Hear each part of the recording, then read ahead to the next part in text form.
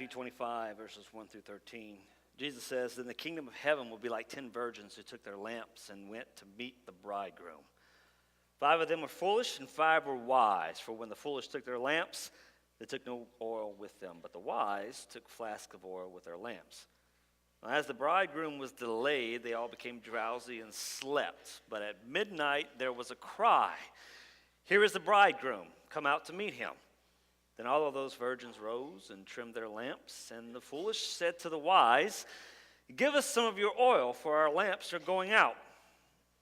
But the wise answered, saying, 'Since there will not be enough for us and for you, go rather to the dealers and buy for yourselves.'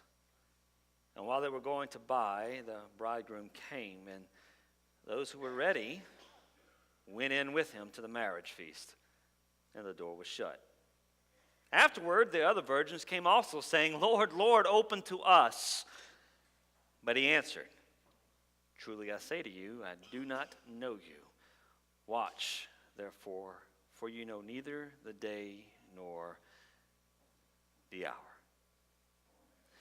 This is a parable that's one of 3. It's actually the second parable, so there's one parable, and there's 2 parables, and then there's 3 parables, right? This is the number 2, smashed in between 1 and 3.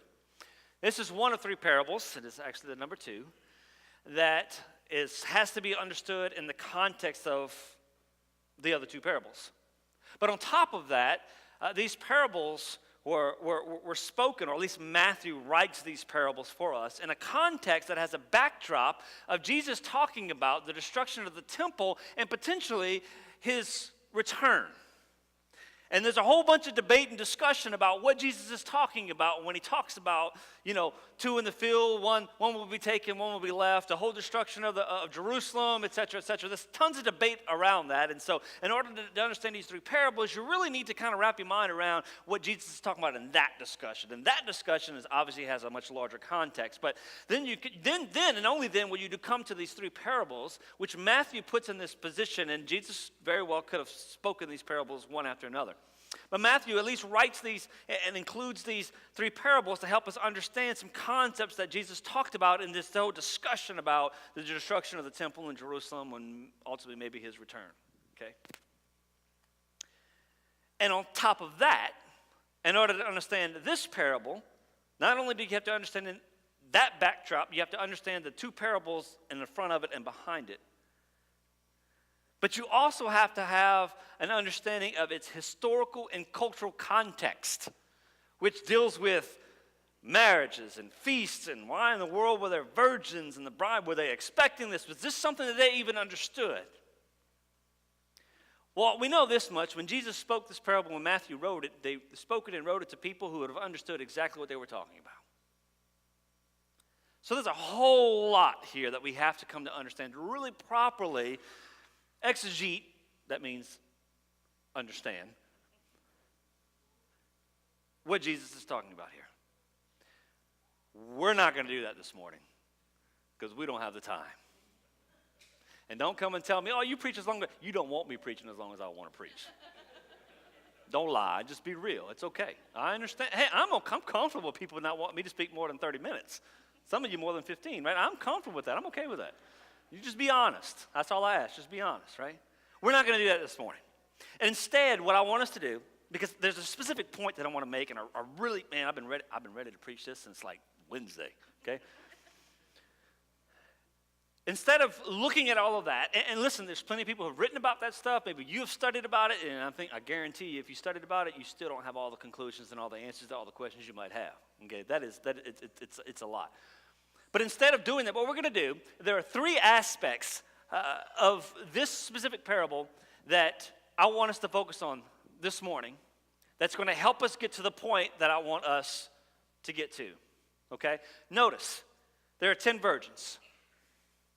You have the foolish, you have the wise, and then you have the command to watch. Foolish, wise, and watch. Let me get a little bit geeky on you here, because whenever we read this, we say you have the wise and you have the foolish, and then we come to these understandings of what this parable is saying, what it's referring to. I think that we end up being all over the board, and we really way off from what we're really need to be looking at here. This is what's interesting, okay? When you see the word foolish, what do you think of? What are you thinking about? How are you defining that term? When you say he's a fool or she's a fool, we oftentimes say that in a joking manner, right? Sarcastically. That's not the case here. The word foolish here literally means dull or stupid. Yeah, Jesus called somebody stupid. So it's okay to call people stupid, right? It's example, right? No. Dull or stupid. But even whenever we say stupid, we really need to define what we mean, right? Because again, we use those terms in also so many different ways. The word stupid is the idea of something as if shut up. That it's like the mouth has been closed, as the mouth has been shut. The root word of this word, foolish, deals with the mouth being shut up. In other words, metaphorically, you're not able to speak into something because you just don't know anything about it.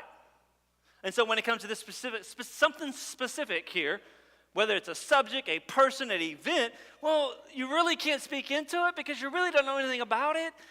And even if you do speak into it, it's really, well, you really don't know what you're talking about. That's foolish. That's this word. That's how this is being used. Okay? That's foolish. In other words, your mouth has been shut up because, well, you cannot speak into something, whatever that is. Okay? Then you have the wise. Some of your translations may use the word prudent, okay? And again, what do we think about when we say these words?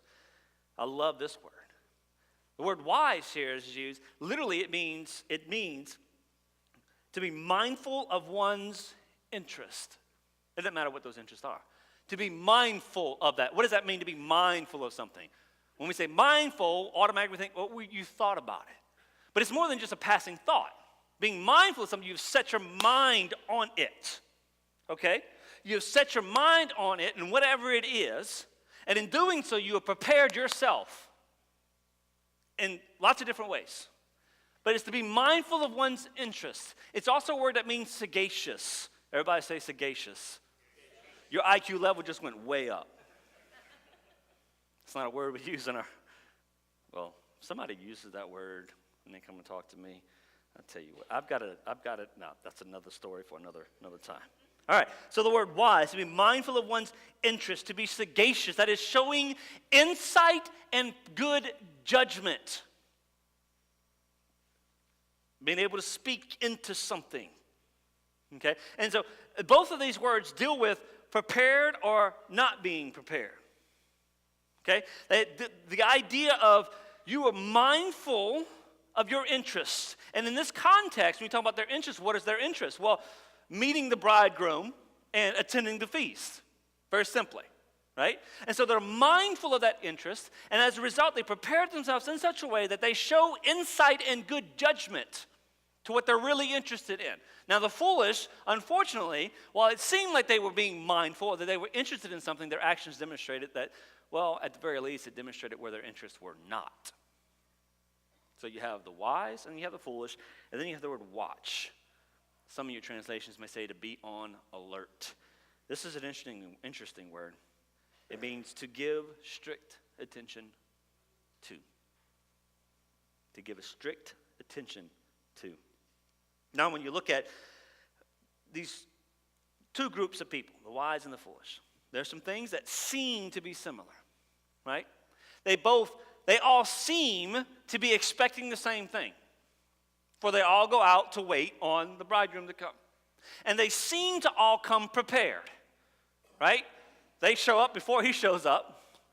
They all have their lamps, right? So there seems to be some similarities. But there are also some major differences, some real differences. Number one, their expectations were actually different. And you know that their expectations were actually different in how they prepared themselves. Because some came with extra oil and others didn't. So on the one hand, some expected to meet the bridegroom, but also expected the possibility that they might need more oil because they didn't know how long they were going to wait. And you had others, well, they expected to meet the bridegroom. That's about as far as we can go. Because they didn't bring enough oil. So their expectations may actually seem the same, but they were actually different, okay? And the reality is, only 5 came prepared. Only 5 came prepared. So here's the conclusions from those 3 things right there. The wise, the foolish, and the watch. The 5 were wise. Why? Why? Because they gave strict attention to, set their mind on their interests, and by doing so showed good insight and judgment, and that their interests really were in what they were doing. Now the foolish, they were foolish because they didn't give strict attention to it. They didn't really put their mind, set their mind on their interests. In fact, you can conclude that their interests really did not lie in the same place where the wise interests lied. In fact, they just kind of seemed like they were. They just seemed like they were prepared. They looked like as if they were interested in this, and that all their heart was into something. They just looked like they were prepared to anticipate, and they looked like they were prepared to attend this feast. Now, we can talk about what this feast was, and people talk about, they got plenty of books and commentaries you can read about that. I think we miss the point when we focus on all that. I think Jesus' point is very simple when the last statement he says, so give a strict attention to it because you don't know when it's going to happen. That's simple.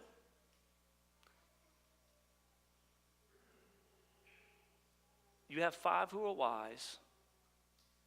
They were prepared. They showed where their interests really were. You have 5 who were foolish. They were unprepared. And they showed where their interests were not. Does that make sense? It's also good to note that this parable is right in the middle of 3 parables, as I mentioned here. Right? And all of these parables together focus on us being about the Father's business.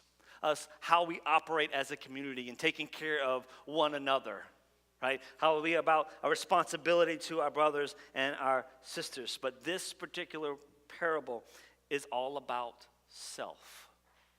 Yeah, self. It's all about me and how I live my life and how I'm preparing my heart. And so it's interesting in the middle of a context where it really speaks to the master's house and the master's business and how we operate in the midst of a community of people doing the master's work. In the middle of that, Jesus says, hey, you need to pay attention to yourself. You need to give some attention to yourself and preparing yourself. So you could say it's a selfish parable. Yeah, you focus on yourself. This parable is all about that. Your own life, your own preparations.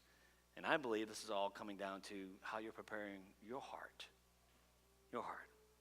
James talks a little bit about this idea of preparation and response. In James chapter 1, verses 22 through 25, look what he says. He says, but be doers of the word and not hearers only. Maybe it would help you to understand that in light of the parable. Be doers of the word. Maybe it would help you to understand that the doers would have been the 5 wise. And not hearers only. Those are the 5 foolish. You have the 5 wise and the 5 foolish. He says, be doers of the word and not hearers only. Why? Because when you're hearers only, you're deceiving yourselves. You're deceiving yourselves. See, when we automatically talk about the word and we're talking about scripture, I'd say we're talking about Christ, who is the word, number 1 word. Okay? When we focus on God and these concepts, when we're focused on living our life as Christians, when we give attention to it, what we're doing, whether we realize it or not, we're preparing ourselves. It's preparation mode. And he says, be doers of the word and not hearers only, because you're deceiving yourselves if you're hearers only. For, he says, verse 23, I love this. If anyone is a hearer of the word and not a doer, he is like a man who looks intently, notice that word, intently, at his natural face in a mirror. We read this, and I think sometimes we might read this like as if a man is passing down the hallway, there's a mirror, you turn and look, and then you walk away. No. The picture is that you took a mirror, and you're looking in your face, and you're doing it intently. In other words, you're studying it. You're learning some things about it. You're recognizing some things about your own face. It's not that quick thing where my wife hates it. We get up in the morning, it takes me 5 seconds, and then, she spends 3 hours, 1 hour, whatever it is. I don't know how long it is. I don't pay attention. It's like 30 minutes, maybe an hour. Okay. It's not about me. All right. So it's the idea of literally, no. You are looking into it. You are studying it, man. You're learning it. You're seeing it, right? You're noticing the little things that go on with your face. But if you're only a hearer, you'll learn it and you'll come to understand some things, and maybe you'll even draw some conclusions or just see what's there. But if you're not a doer, what happens? You don't do anything with the thing that you learn. You don't do anything about the thing that you saw. You don't do anything with the knowledge that you acquire. If anyone is a hearer of the word and not a doer, he is like a man who looks intently at his natural face in a mirror. Notice you are becoming aware of some things, but you're not doing anything about it. He says, the hearer only looks at himself, and then he goes away, and at once forgets what he was like. Not doing anything with what you are becoming aware of. He says this, but the one who looks into the perfect law, the law of liberty, and perseveres, being no hearer, perseveres, in other words, you're doing something, right? You're working through it. You're taking things that you see and you don't like it. And it's painful. And it can be overwhelming. And it can be ugly. But you don't take that and say, well, I can't do anything about it. You take that and you say, no, I'm going to persevere through this and I'm going to do something about it. I'm going to go on this journey, no matter how uncomfortable it might be. I'm going to take what I see and I'm going to work with it because that's what I got. That's what I got. I'm not going to wait till I perceive myself becoming like somebody else. No. I have what I have. I'm going to work with what I got to work with. I am who I am. But I'm not yet who I'm going to be. And so here we go. So he says, look, you take this and you persevere, being no hearer who forgets, but a doer who acts. That person, will be blessed in his doing. Why? Because he's acting upon what he learns. His preparations, as he looks into this of the heart, his preparations are of the heart. He turns the mirror on himself for the purpose of what? Learning about something? No. Learning himself. And in doing so, doing something about the image that reflects. Okay? When you look into Christ and you look at Christ, what do you see? When you just look at Christ, he judges us just by looking into him. It's like a judgment upon us because we see in his reflection who we're not and who we can be. And sometimes who we are. Especially when we're like him. That's a good thing.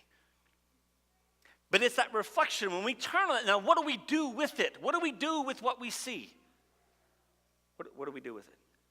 When we do this, it's preparation for the heart. We turn a mirror upon ourselves, and we need to act accordingly. We respond accordingly. When we respond accordingly, this is what we're doing. We're going to give strict attention to what our interests are. And in doing so, gain insight and proper judgment on what to do and how to move. Now, James, he tells us, he depicts the foolish response, right? The foolish response is looking at it and saying, oh, that's nice.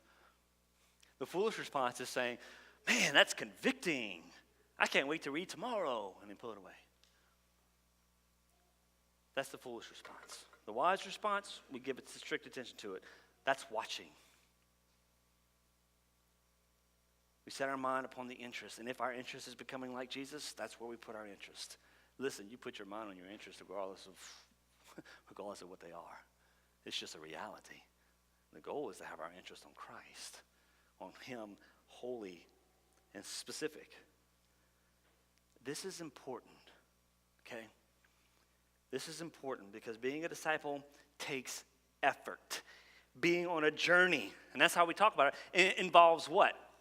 Standing there watching everybody else walk by? No, when you're on a journey, it involves movement. It takes action. There's lots of stops, right? And there's lots of starts. There's detours. There's delays. There's times where we're going into the unknown territory for ourselves. That's what a journey is about. It's not just an intellectual thing. It's a life-changing thing. And our approach to it is either going to be wise or foolish. One or the other. Now, during this process, this is the point. So hopefully you've been listening up to now. Here's where I want us to be today. And I speak from my own experience, okay? As we go along this journey, we have a tendency to become disillusioned. We become disillusioned with people. We become disillusioned with the church. Sometimes we become disillusioned with God. And in this moments of disillusionment, all we tend to do, we respond really foolishly, if I might add, because I can say that because I've done that, I know. We respond foolishly because what we do is we point our fingers to everyone else or everything else when we're disillusioned. And we never stop to turn a mirror upon ourselves and point the finger at ourselves to see, where are we? Why are we feeling this way? And I want you to think about it. It makes no sense when you're disillusioned with people, with things, with the church, whatever it is. It makes no sense for you just to constantly point your finger to the external. Because what's happening is there's an external thing that is stirring something up within inside of you, which is internal. That's what you need to pay attention to. Not so much what everybody else is or is not doing. Not so much what the church is or is not portraying itself to be or however you feel like it should be. See, here's the thing. When we become disillusioned with faith, with ourselves, with the church, with people, it's really pointing us to something that's going on within inside of us. Because that external thing has stirred up something internally here. And when we start beginning to turn the mirror upon ourselves, when we begin to point the finger at ourselves, you won't have time to point your finger at anybody else. You won't have time to begin to look at everything else. You're going to be focused on what you see. If you're willing to take the wise approach, when you see what you see, and you do something about that, see, when you focus your attention on yourself, you're actually helping all the people around you. Because when other people around you see the changes that are making inside of you, you're able to respond appropriately. You're going to have insight and sound judgment when it comes to dealing with all these external things. See, that's the wise. See, but what does the foolish do? The foolish does this. It points the finger at everything else external. And what we do, we're constantly running away from ourselves, trying to detract attention from ourselves because the problem's never us. It's always somebody else. It's always somebody else. But if we point the finger at ourselves, we won't have time to point our fingers at anybody else. And what that does, look, let me ask you a question. When Paul said he learned to be content in whatever situation he was in, does that mean that Paul was being content because he was able to point his finger at everybody else's problem? Because of what everybody else was doing? No. Paul had pointed the finger towards himself. He speaks about this. He recognized who he was. He calls himself the biggest sinner of all. He looks at all the things that he's done, and he's trying to move forward beyond that. But he looks at himself, and he's like, man, I know who I am.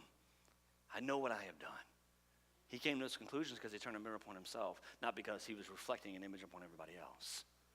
Okay? So we have a tendency to become disillusioned when it comes to this journey. And I don't want us to. I want us to, when this happens, we have to stop because it's something that's pointing us towards something within us. Okay? There's something going on within us. And we need to begin to give attention to that. Let me give you a couple examples here. These are real life examples from myself, okay? Let me give you an example of what this looks like when we turn a mirror upon ourselves and we become disillusioned with everything else. See, I've been in ministry, I don't know, a long time. 15 years, okay, let's just put it there. And Man, I can't tell you how many times I came to this, I would get so discouraged, man. I tell you what, you guys don't know how depressing you are. God. You get so discouraged because it's like, why are you here? What are you doing? What is this all about? I can remember so many times throughout my years. I'm throughout the years where I got to this point where I just became so just discouraged and disillusioned with. I can't tell you how many times I wanted out of ministry. I was done with this. I'm like, this is stupid. And I remember there were some baby lost his toy. I remember there were a couple of times there was this. Man, I can tell you, there were times when I would become so disillusioned. One of the first things that would come out of my mouth, or at least my thought, would be like, I would think, man, it seems like people are just waiting for any excuse not to be here on Sunday. It felt like every time I turned around, people had some excuse to not be here. Like you wanted to call up people and say, hey, do you love me? Well, sure I do. Well, why aren't you ever here to encourage me? That's how I felt, okay? That's how I felt. Then I began to turn the mirror upon myself, okay? Obviously, because I'm still in ministry. Otherwise, I would not be. I began to turn the mirror upon myself. And I was reminded about what it felt like when I wasn't in ministry, and even times when I don't always want to be here. I'm sorry. There are times where do I really have to? You know, like, do I really have to go? You know, yeah, you're the preacher. You got to be there. Just stay home today. I got a good excuse. You know, like, no, you got to be there. Oh God, why? I can remember times when I felt the same way, okay? Really, really not wanting to be there. And then I remembered what it felt like when people felt the same way about me. Well, every chance he gets, he's not here. And then I remember that when that happened, and the person who said that had no clue what was going on inside my life. And they had no clue. In fact, I was working 2 full-time jobs just so I can move to Texas and marry my wife. I mean, I think that's a worthy cause, right? But I was working. I'm working almost 24 hours a day. Just so I can move from paradise to the middle of the desert in Texas. I was living in Florida. Who doesn't want to live in Florida? I mean, and I can remember what it felt like for people to think that about me.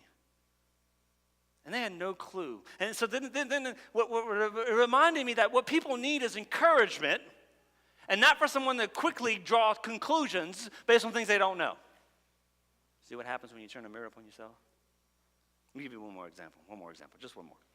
Sometimes we have a tendency to become disillusioned with church because things just don't work out the way that we want them to. Things just don't work out the way that we want them to. The reality begins to set in, right? That this is really not the ideal place. Like you may have certain expectations when you go into, I don't care what church it is, but then oftentimes we come to this conclusion, it's just really not the ideal place. Now, on a parenthetical note, oftentimes the ideal place in our minds is based on our past experiences, where we've been before, and we really liked it.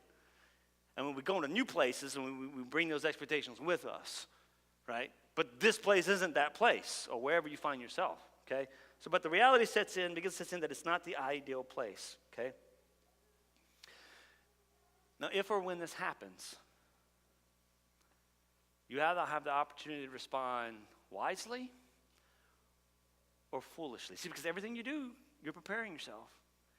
Your past experiences have prepared you. You either have the opportunity to respond wisely or foolishly. If you want to respond wisely, you take it as an opportunity to turn a mirror upon yourself. And you begin to ask yourself the question, this isn't the ideal place. So you ask yourself the question, okay, well then what am I doing to help contribute to making this place better?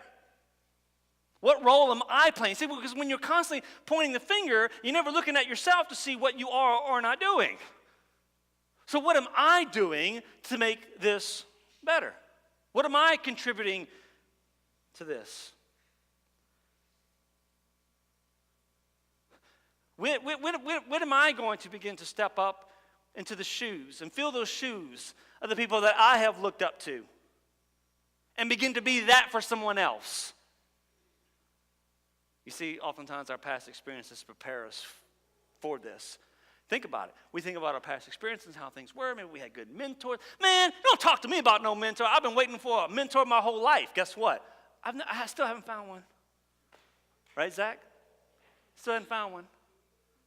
So, you know who, and I know it sounds cliche. I can say, well, Jesus is my mentor.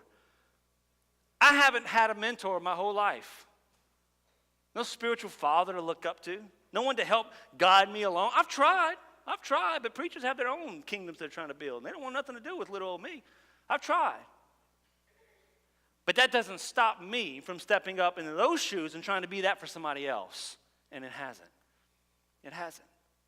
I'm not going to allow my past experiences to dictate what I expect in the here and now. I look at my role and my responsibility. I turn the mirror upon myself, and what I'm saying is you all need to do the same. Turn the mirror upon yourself. You're disillusioned? You feel like the church is depressed? And I say all of this because I've heard a lot of things lately. I felt it myself. I've heard people say things like this, like the church just seems, stagnant, lacks energy. There's a lack of commitment, lack of dedication. Somebody said it the other day, and I think it adequately, it's a good fit. It seems like things might be kind of depressed.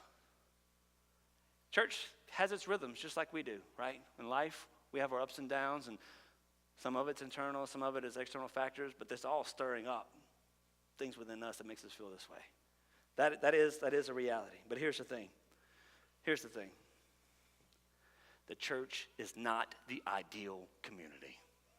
It's a real community. If you want the plastic ideal, you're not going to find it.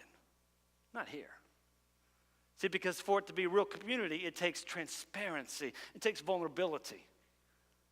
And that's what we work towards, because that's real community. See, when it happens, and if it does happen, you come to realize, like, whoa, man, people are screwed. Listen. The church is not a trophy case where you're going to find the ideal plastic people. When all of the facades fall, and sometimes they don't fall on purpose. Sometimes our filters just break through and we show our true colors, right? And people see that and they're like, whoa, we don't know what to do with that. We don't know how to handle that.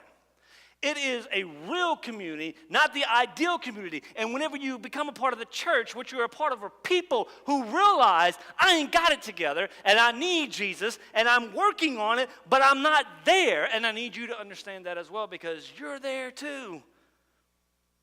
That's where you are. And we need that help. So when you come to church, what do you expect to find? What do you expect to see? When you go to a hospital, what do you expect to see? A bunch of people who are healthy?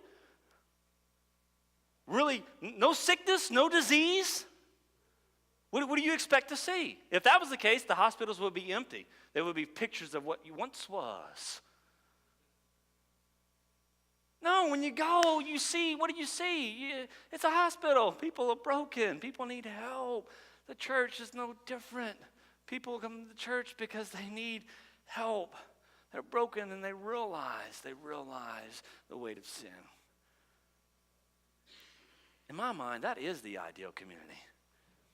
People who realize that, who aren't perfected in their own flesh, who realize that there is more to life than just appearances and feeling and intellectual and faking it.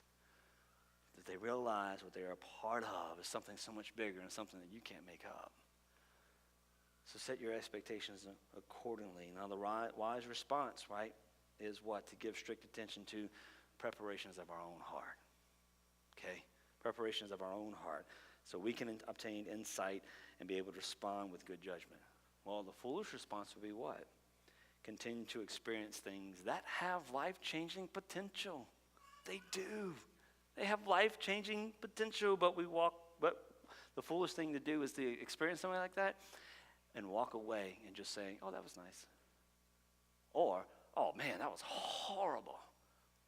Right? But never really giving strict attention to our own hearts. So, you're here today. That's good. I'm glad. Everything that you've done here today has potential to be life-changing. Some in small ways and some maybe in bigger ways. It's potential to be life-changing.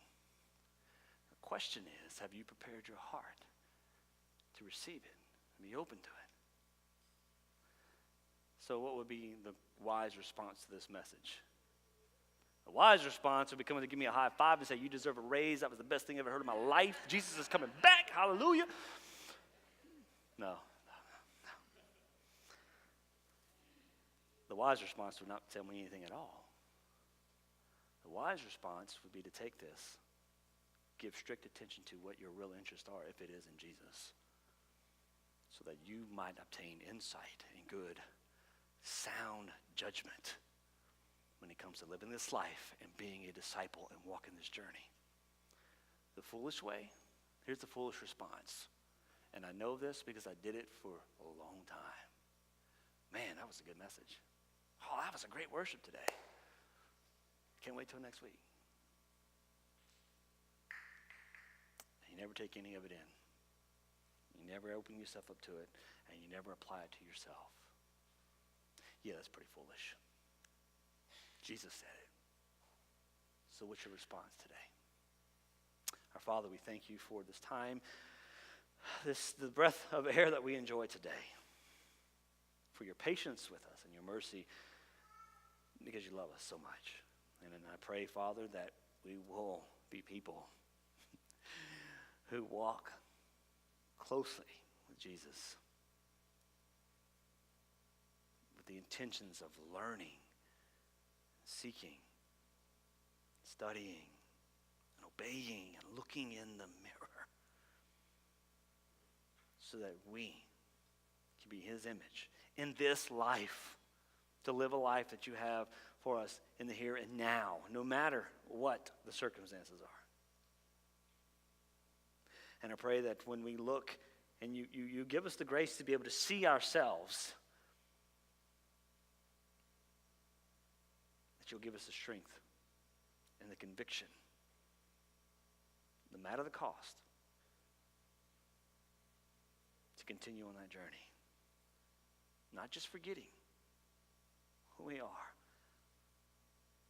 but looking intently into it so that we might gain insight and sound judgment as we walk in this life.